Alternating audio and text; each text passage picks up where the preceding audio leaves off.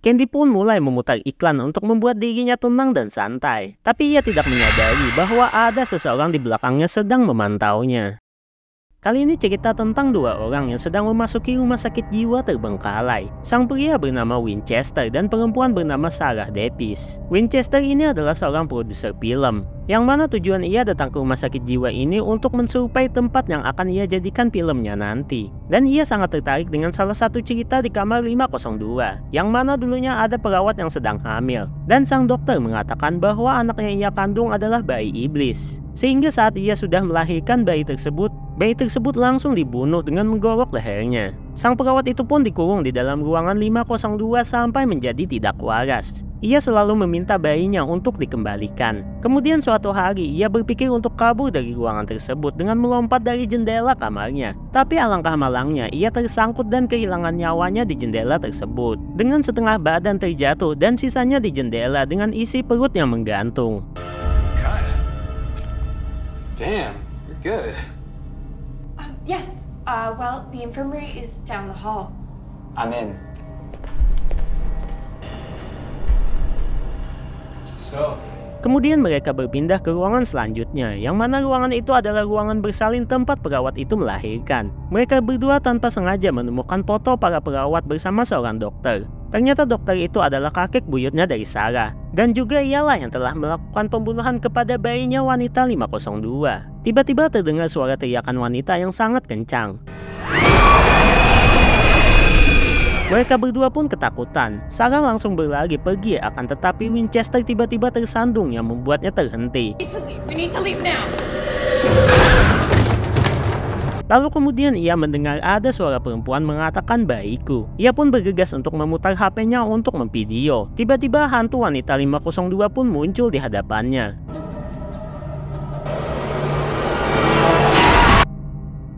Kembali kepada Sarah, ia menuju pintu keluar, akan tetapi pintu keluar tersebut terkunci.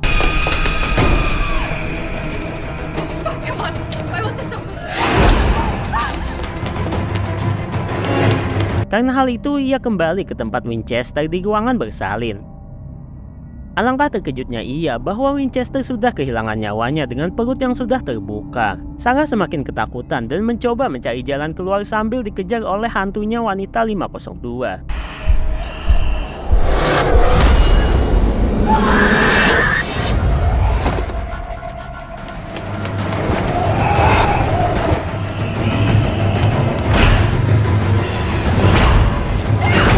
Sampai Sarah ini mencapai ruangan 502 dan mencoba melompat dari jendela. Tapi naas sekali, Sarah tersangkut seperti wanita 502 dahulu dan membuat hantu wanita tersebut langsung menutup jendela itu yang membuat Sarah pun meninggal dunia.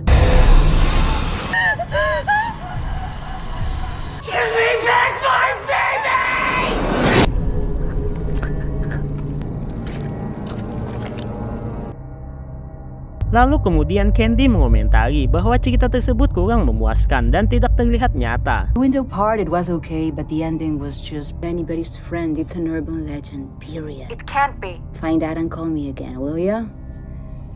Kemudian telepon selanjutnya masuk, yang mana itu adalah Jack lagi yang menelpon. Hello, Candy. Stop. Candy yang merasa Jack ini bercanda dengannya mulai membuat Candy emosi dan memarahinya dengan sinis. No joke, girl. Owe me some. You think I'm afraid of you, asshole? I am going to get you. Shut the fuck up! Candy yang jengkel pun langsung memutus sambungan telepon dari Jack. I apologize, folks. He got me riled up. Let's check out some music. We still got half an hour left.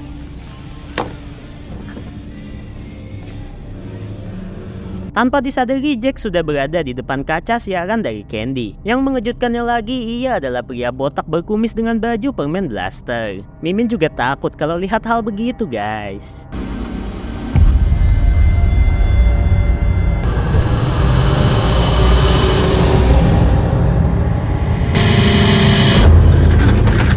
Sontak melihat hal itu, Candy pun bergegas lari dari ruangan siarannya. Candy lari dan masuk ke dalam WC. Terlihat Jack menyusul dengan memanggil nama Candy dengan suara serak-serak basah. Jack mengetahui bahwa Candy sedang bersembunyi di WC. Jack yang berada di luar pintu WC mulai menceritakan sebuah cerita seram miliknya.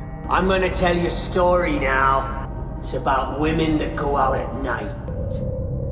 Kisahnya dimulai dengan dua saudari yang sedang berada dalam perjalanan di tengah malam suntuk menggunakan mobil. I saw you in emergency. That's when I realized you just wanted the company. Mereka berdua bernama Liz dan Ellie. Di saat itu Ellie yang lapar meminta Liz untuk singgah di minimarket. Setelah sampai di minimarket, Ellie bergegas untuk membeli makanan di sana. Liz pun mulai menunggunya di samping mobilnya dan sekaligus menandai area miliknya dengan cara mengencinginya. Kembali kepada Ellie. Ellie kesal karena minimarket itu tutup. Tiba-tiba ada mobil lain yang datang, yang mana seorang pria berlumuran darah turun dari dalam mobil tersebut. Ia kemudian langsung mendatangi Ellie dan mulai berbicara kepada Ellie. Dan pria tersebut langsung membawa Ellie masuk ke dalam mobilnya. Liz panik melihat hal itu, apalagi di dalam mobil pria itu ada seorang gadis di kursi belakang dengan berlumuran darah juga. Kemudian Liz langsung bersembunyi di dalam mobilnya dan langsung menelpon polisi menjelaskan bahwa adiknya sedang diculik.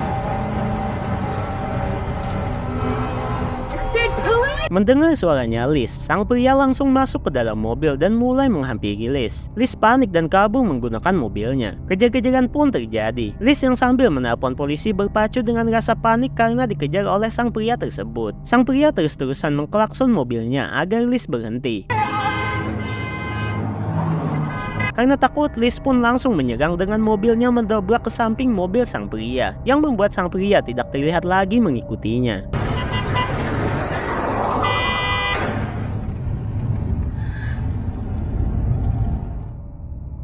Dengan kecepatan cahaya, Liz berhasil kabur dengan gas yang ia injak. Mobil sang pria tidak terlihat lagi. Liz pun mulai turun dari mobilnya dan melihat sekitar.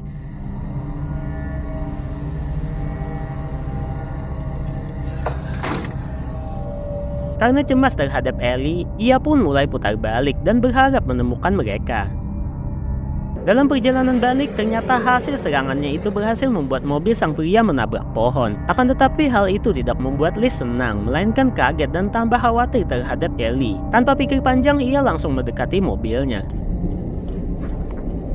Dan terlihat semua yang ada di mobil itu tewas, termasuk sang pria. Ternyata di belakang mobil tersebut tidak hanya ada sang wanita, melainkan ada anak dan bayi juga di sana. Akhirnya Liz sadar bahwa sang pria tidak berniat untuk menculik Ellie, melainkan meminta bantuannya karena sang istri yang sedang ingin melahirkan dan mengalami pendarahan. Itulah kisah yang diceritakan oleh Jack. Kembali ke sisi Candy dan Jack. Jack mulai menghancurkan pintu WC menggunakan kapak yang ia bawa.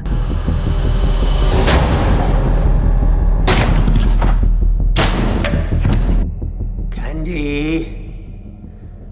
Jack pun mengutarakan perasaannya saat berada di bar, yang mana ia tidak bisa melupakan Candy dan ingin memilikinya sepenuhnya. Jack pun mulai memberikan dua pilihan. Pilihan yang pertama, Candy membuka pintunya dan membiarkan Jack masuk dan mulai menggabut dirinya, dan ia akan membiarkan Candy hidup tenang setelahnya. Atau pilihan kedua, yang mana ia akan mendobrak pintunya dengan paksa dan akan membunuh Candy, dan ia akan menggabut mayatnya Candy. Pilihannya sama saja, ingin ngeus dengan Candy. Bedanya ada di ujungnya saja, Candy yang hidup atau Candy yang mati. Candy pun tanpa pikir panjang memilih pilihan yang pertama dan mempersilahkan Jack menikmatinya. Tiba-tiba scene pun beralih ke cerita seram selanjutnya.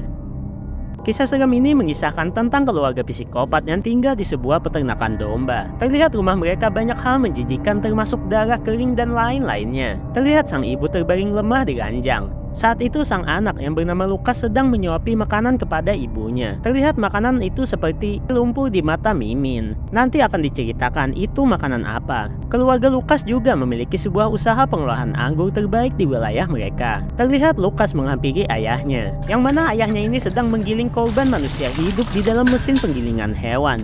Dan sekarang kalian tahu apa yang Lucas berikan kepada ibunya tadi. Lucas memeriksa stok makanan olahan ayahnya. Akan tetapi stok daging olahan mereka sudah hampir habis. Lucas pun meminta ayahnya untuk mencari korban lagi. Akan tetapi ayahnya menolaknya karena merasa capek. Singkat cerita, Lucas sedang berada di luar. Tiba-tiba ada dua orang tamu yang datang ingin mencoba anggur olahan terbaik di wilayah mereka. Very same. Dua orang itu adalah sepasang ibu dan anak. Lucas pun mempersilahkan mereka untuk berkunjung ke toko anggurnya. Kemudian Lucas memberitahu ayahnya bahwa ada pelanggan. Akan tetapi ayahnya menyuruh Lucas untuk mengusir pelanggan tersebut karena mereka sudah tutup. Lucas pun menjawab, kita butuh mereka. Yang mana itu dimaksudkan untuk makanan ibunya. Sang ayah pun langsung menampar Lucas dan menyuruh Lucas untuk mengusir pelanggan tersebut. Lucas pun mulai pergi, tapi Lucas tidak ingin mendengarkan ayahnya dan malah mempersilahkan masuk ibu dan anak itu. Dan kemudian ia memberikan minuman anggur untuk mereka coba dengan gratis. Sebab mereka adalah pelanggan terakhir, ujarnya. It's on the house for the last customers of the day. Thank you. To a lovely weekend together. Ia pun mempersilahkan mereka untuk melihat-lihat gudang penyimpanan anggurnya kalau mereka berkenan. Give you a quick tour of our barrel cave. Sang ibu pun sangat senang dan menyetujuinya. Setelah sampai di gudang penyimpanan, Lucas pun langsung menusuk kepala sang ibu hingga modar. In the region in the 17th century and grew vines here. This way, we're ensuring that you're getting those truly unique and